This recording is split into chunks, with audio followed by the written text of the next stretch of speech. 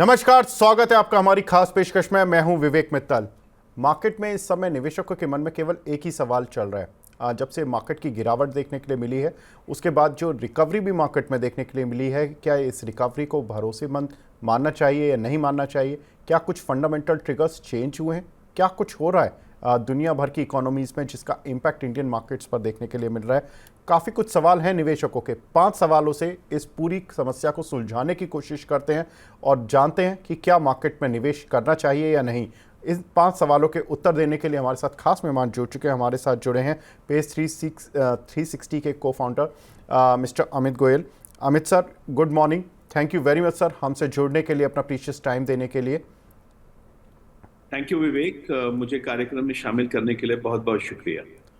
Pleasure sir, आपसे बहुत कुछ जानने को मिलता है, सीखने को मिलता है। तो सर, निवेशकों के मन में सर इस समय जो सवाल उठ रहे हैं, पहला सवाल जो निवेशकों के मन में आ रहा है कि भारत के मार्केट को चीन के मार्केट से कितना डरना चाहिए, क्योंकि हमने देखा कि चीन का मार्केट जो कि एक काफ़ी बियर रेंज में पड़ा हुआ था काफ़ी सालों से, अचानक से चलना शुरू हुआ। वहाँ पर स्टिमुलस की बातें हुई और उसके बाद करीब एक वीक में ही 20% चला और फिर अक्टूबर में 1 तारीख से लेकर 7 तारीख तक बंद था, लेकिन उसके बाद जैसे ही खुला अच्छा मूव मिला, लेकिन उसके बाद रिट्रेस भी उतना तेज़ी से हो गया क्योंकि स्टिमुलस पैकेज उतना एग्रेसिव साइड पर नहीं आया। अब बात हो रही है कि शनिवार को फिर एक स्टिमुलस की बात हो रही है कि उनके वित्त मंत्री एक प्रेस कॉन्फ्रेंस करेंगे, शायद कुछ स्टिमुलस दे दें। कैसे देख रहे हैं सर? विवेक, मुझे नहीं लगता कि इंडिया के मार्केट को चाइना के मार्केट से कोई बहुत ज्यादा इफेक्ट पड़ेगा। मगर हाँ, ये मानना होगा कि चाइना के मार्केट के वजह से एफआईआईज की जो है बहुत इंटेंस सेलिंग शुरू हुई, क्योंकि जो इंडिया और चाइना की वेटेजेस हैं, आपको मालूम है कि एमएससीआई इमर्जिंग मार्केट में इंडिया की वेटेज जो है वो चाइना से ज्यादा बढ़ गई थी। और जब ये पिछले 10-12 दिन में जब चाइना के स्टिमुलस पैकेजेस की बात शुरू हुई और चाइना के स्टॉक्स बढ़ने शुरू हुए, तो दोबारा से उनकी वेटेज जो है वो हमसे ज्यादा बढ़ गई। उसके वजह से कुछ रीबैलेंसिंग जो है बहुत सारे एफआईआईज को करना पड़ा, और उसके वजह से इंडिया में एक बहुत इंटेंस हमने सेलिंग देखने को हमें मिली है।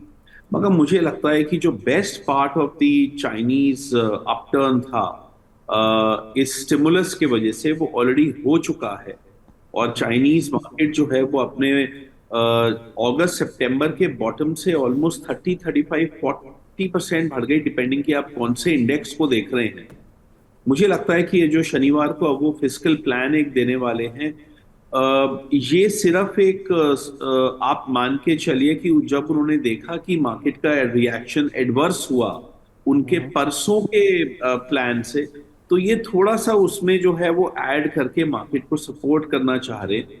तो मैं ये तो नहीं कह रहा हूं कि चाइना की मार्केट यहां से एकदम से गिर जाएगी, मगर मुझे लगता है कि पीक आउट कर चुकी है और अब वो एक रेंज बाउंड हो जाएगी।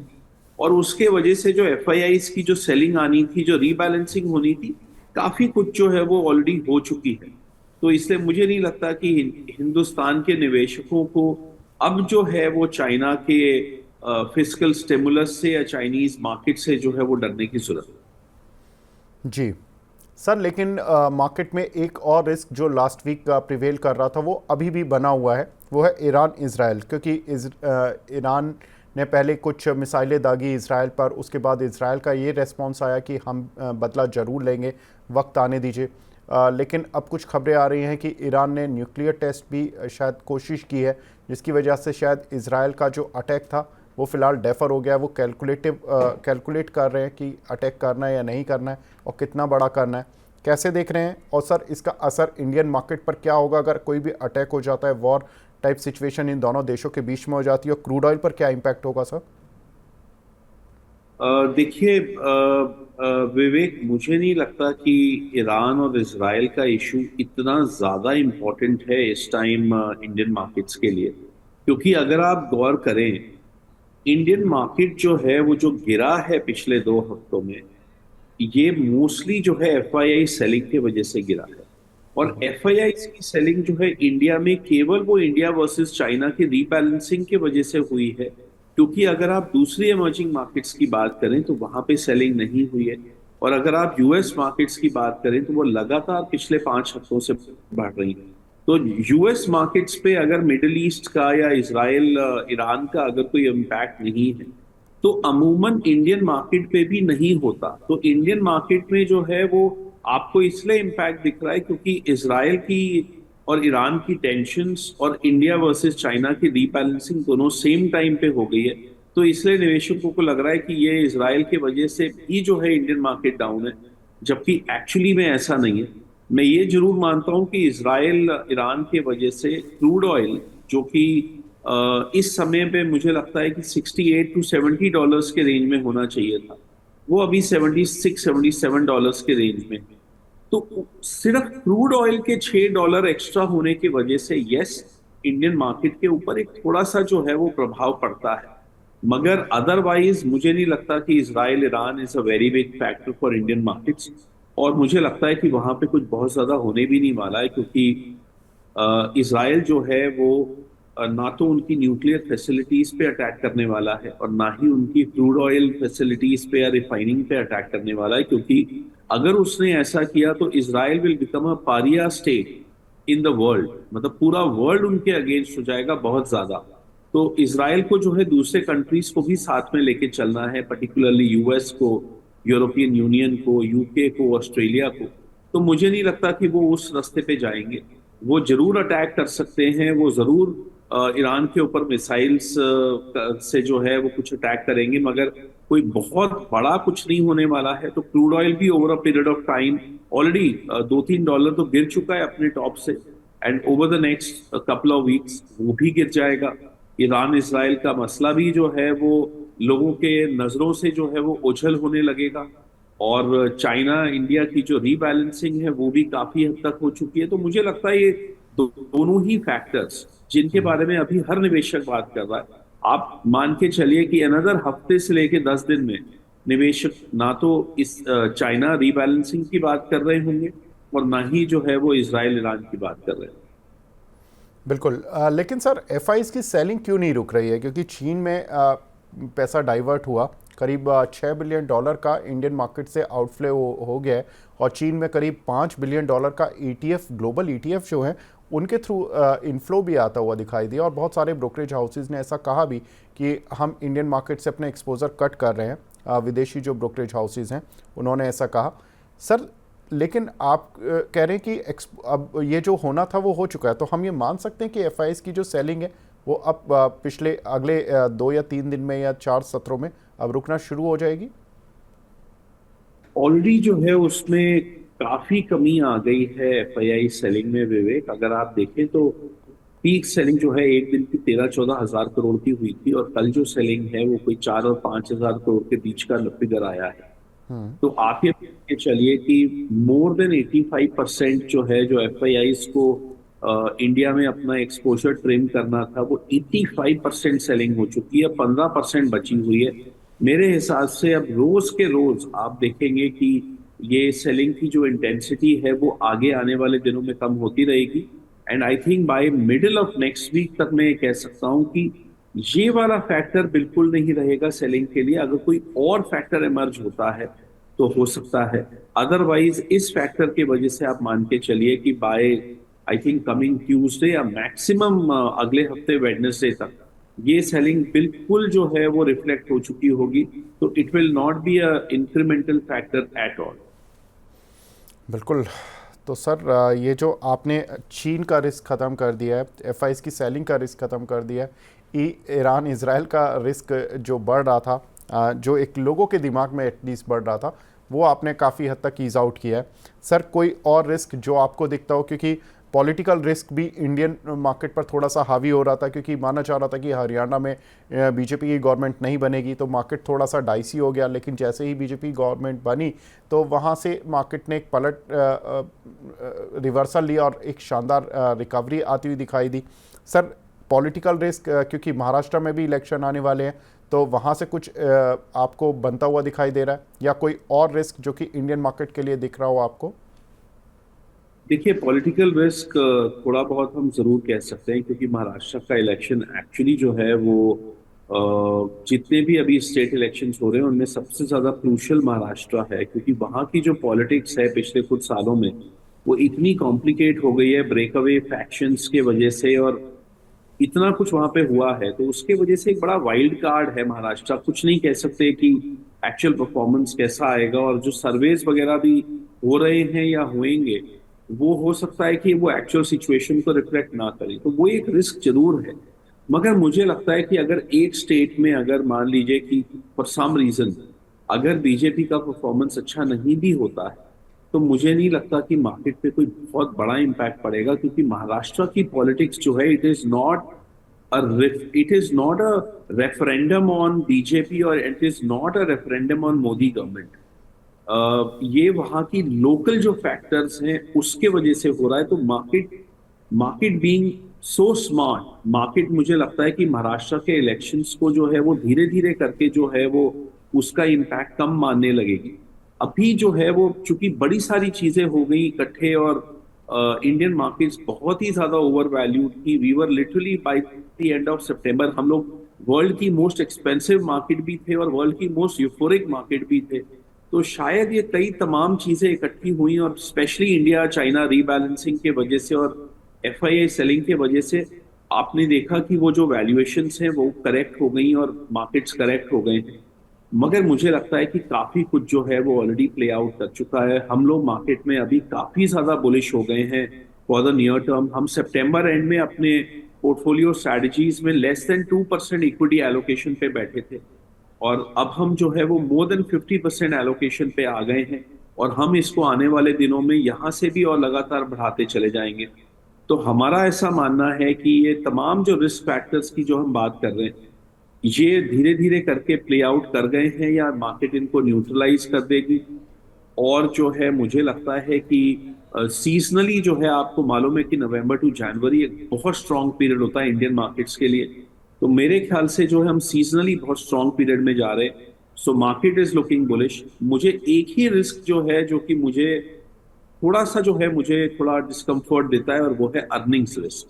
क्योंकि ओके। पिछले क्वार्टर जो रिजल्ट आए थे विवेक, जुलाई और अगस्त में, वो जो है वो डेफिनेटली बिलो एक्सपेक्टेशंस आए थे। ओके। तो वो एक रिस्क है जिसको कि हमें जो है वो बहुत ज्यादा ध्यान से जो है हमें उसको एनालाइज करना पड़ेगा। एक एक कॉर्पोरेट रिजल्ट को और उसके गाइडेंस को और रुझान को हमें जो है वो प्ले आउट करना पड़ेगा, उसको अच्छे से एनालाइज करना पड़ेगा। वो एक रिस्क है जो कि इंडियन मार्केट को जो है वो अगले 2-3 महीने के परफॉर्मेंस में एक बड़ा फैक्टर प्ले कर सकता है। आप ये मान के चलिए कि निवेशकों को उसके तरफ ज्यादा ध्यान देना चाहिए, ना तो पॉलिटिकल रिस्क की तरफ, ना ही जियो पॉलिटिकल रिस्क की तरफ, और ना ही चाइनीज मार्केट्स की तरफ। बिल्कुल सर, ये बहुत इम्पॉर्टेंट आपने बात बताई कि ये तीनों ही रिस्क जो मार्केट में सबसे ज़्यादा जो लोगों को हॉन्ट कर रहे थे वो आपने तीनों को ही सबसाइड कर दिया। बहुत इम्पॉर्टेंट चीज़। लेकिन सर आपने बताया कि आपने पोर्टफोलियो में अपना एलोकेशन बढ़ाया है, तो क्या ये मार्केट में सही समय है निवेशकों के लिए इस समय निवेश करने का? और कितना, अगर कोई किसी के पास कैश है, उसका कितना परसेंटेज वो इस समय मार्केट में इन्वेस्ट करे? जी, विवेक, मेरा ऐसा मानना है कि ये बहुत अच्छा टाइम है मार्केट में निवेश करने के लिए, क्योंकि बहुत सारे सेक्टर्स, सब सेक्टर्स जो हैं वो एक्चुअली सिर्फ पिछले 10 दिन में नहीं, वो उससे पहले भी जो है वो टूट रहे थे, और या उसने अंडर परफॉर्म किया था, और वो अब जो है एक अच्छे जो है वो बाइंग जोन में आ गए हैं। तो मुझे लगता है कि आपको इस टाइम जो निवेश करना होगा, you have to be stock selective. आपको अपना सेक्टर चुनना होगा, अपना जो है थीम चुननी होगी, आपको अपने स्टॉक्स चुनने होंगे। तो ये आप अगर आप करते हैं तो ये बहुत अच्छा टाइम है निवेश करने के लिए। मुझे लगता है कि यहाँ से लेके अगले 3 महीनों में एक अच्छा खासा जो है वो मार्केट में हमें जंप मिलेगा। सीजनली हम बहुत ही स्ट्रांग पीरियड में जा रहे हैं। जी। और एक तो मैंने आपको कॉर्पोरेट अर्निंग्स का बताया जो कि एक बहुत बड़ा रिस्क फैक्टर है ही है। उसके अलावा सब लोगों की नजर जो है यूएस प्रेसिडेंशियल इलेक्शन पे रहेगी, क्योंकि जी। उसकी अपने आप में बहुत सारी इम्प्लीकेशंस हैं मार्केट्स के लिए। तो 5 नवंबर को यूएस इलेक्शंस हैं, 6 नवंबर को उसके रिजल्ट आएंगे। आपको उसके तरफ ध्यान देना है, आपको कॉर्पोरेट अर्निंग्स की तरफ ध्यान देना है, कौन से स्टॉक्स खरीदने हैं, कौन से थीम्स चुननी है, कौन से स्टॉक्स, कौन से सेक्टर्स के तरफ जो है आपको अपनी वेटेज बढ़ानी है। ये जरूर आपको देखना होगा, but otherwise this is a very good time to buy. और मुझे लगता है दिसंबर जनवरी तक यहाँ से एक अच्छा खासा जो है वो आपको एप्रिसिएशन जो है वो मिलना चाहिए। क्या सर निफ्टी नए हाई बनाएगा या पुराने हाई के आसपास ही जाकर अटकेगा? मुझे लगता है कि नया हाई बना सकता है। मुझे ओके। लगता है कि निफ्टी है वो 26,500 या इवन 27,000 का भी लेवल जो है वो हमें देखने को मिल सकता है आने वाले 3 महीनों में। तो ओके। इसलिए जो हमें काफी अच्छा मार्केट में पॉजिटिविटी नजर आ रही है, क्योंकि देखिए मार्केट में खरीदने का टाइम वो होता है जब मार्केट में लोग थोड़े स्केर्ड हों, या मार्केट में लोगों को जहां पे कंसर्न्स हों, there should be a wall of worries. और वो सारे इंग्रेडिएंट्स हैं अभी इस मार्केट में। मार्केट करेक्ट भी कर चुका है कई सेक्टर्स, और स्टॉक्स 20 20 30 30% करेक्ट कर चुके हैं। There is a wall of worry in the market, लोगों को तमाम किस्म के रिस्क नजर आ रहे हैं। तो ऐसे में ही जो है वो मार्केट में खरीदने का टाइम होता है। सितंबर एंड में जब सब कुछ इतना अच्छा दिख रहा था, तो हम लोग प्रैक्टिकली बहुत ही मिनिमल इक्विटी एलोकेशन पे बैठे थे, बिकॉज हमारा कोई कंफर्ट नहीं था उस टाइम इक्विटी में इन्वेस्ट करने का। मगर अब चूंकि ये करेक्शन आ चुकी है, एफआईआई की सेलिंग हो चुकी है, लोगों को वॉल ऑफ वरीज नजर आ रही है, मेरे हिसाब से this is a very very good time to buy. जी सर, आपने अपने पोर्टफोलियो में एलोकेशन बढ़ाया। लास्ट क्वेश्चन, इसमें आपने कौन से सेक्टर्स पर ज़्यादा वेट रखा है या कोई पर्टिकुलर स्टॉक्स जो आप हमारे साथ शेयर कर पाएँ? देखिए हमने जो है कुछ ऐसी थीम चुनी है जो कि मार्केट में बड़ी जल्दी से आउट ऑफ फैशन हुई है। For example PSU stocks, for example आपका एरोनॉटिक्स एंड डिफेंस स्टॉक्स, कुछ रेलवे स्टॉक्स। हमने जो है इनके ऊपर जो है अपनी वेटेज बढ़ाई है। हम लोग ऑयल मार्केटिंग कंपनीज में बहुत बुलिश हैं, क्योंकि ओके। हमें लग रहा है कि वो इंडियन पॉलिटिक्स की जो दायरे से जो है निकल के आ रहे हैं। इस बार जो स्टेट इलेक्शंस हुए उसमें हमने देखा कि गवर्नमेंट ने जो है कोई चेंजेस नहीं किए ऑयल मार्केटिंग कंपनीज के मार्जिन्स में या उनके इवेंचुअल प्राइसिंग में। सो आई थिंक काफी हद तक जो है वो सेक्टर लिबरलाइज हो चुका है। तो ऑयल मार्केटिंग कंपनीज हो गई, एरोनॉटिक्स हो गया, डिफेंस हो गया, रेलवेज हो गया, पीएसयूज हो गया, बैंकिंग हो गया, प्राइवेट बैंक्स हो गए, पीएसयू बैंक्स हो गए, हमने ये तमाम सेक्टर्स को हमने खरीदा है। और ये सारे सेक्टर्स वो हैं, या तो इन्होंने मार्केट को इस साल काफी अंडर परफॉर्म किया है, या ये पिछले 2 3 महीनों में जो है काफी करेक्ट कर गए हैं। तो हमने ये वाले जो हैं सारे हमने थीम्स और सेक्टर्स चुने हैं। और हमने जो है कोई भी ऐसा स्टॉक या सेक्टर नहीं खरीदा है जिसमें कि जो प्राइस अर्निंग रेशियो हो वो मोर देन 30 हो। हमने तमाम ऐसे स्टॉक्स खरीदे हैं जो कि बिलो 30 के हमारे कंफर्ट जोन में, जिनके प्राइस अर्निंग रेशियोज हो। और जो स्टॉक्स की अगर मैं बात करूं तो हमने एच में बाइंग की है, हमने भारत पेट्रोलियम में बाइंग की है, हमने इवन आईओसी में हमने बाइंग की है, हमने सरकारी बैंकों में जो है हमने कैनरा बैंक खरीदा है, हमने बैंक ऑफ बड़ौदा भी खरीदा है। सो हमने तमाम किस्म के स्टॉक्स खरीदे। हमने काफी बड़ा डाइवर्सिफाइड पोर्टफोलियो क्रिएट किया है, जिसमें कि जो इवेंचुअल जो इन्वेस्टमेंट्स हैं वो तकरीबन कोई 35 to 40 डिफरेंट स्टॉक्स में होंगी, either ji. Through the ET और through direct stocks. But ji I think invest करने के लिए बड़ा अच्छा समय है विवेक। बिल्कुल सर, आपने निवेशकों की गुत्थी को बहुत अच्छे से सुलझाया और हमारे ज़्यादातर निवेशक पीएसयू स्टॉक्स में ही फंसे हुए हैं और रोज़ सवाल भी पूछते हैं, तो उनको एक आंसर भी मिल जाएगा आपकी इस कॉन्वर्सेशन से, क्योंकि आपने जो वेटेज बढ़ाया ये उनको कॉन्फिडेंस देगा।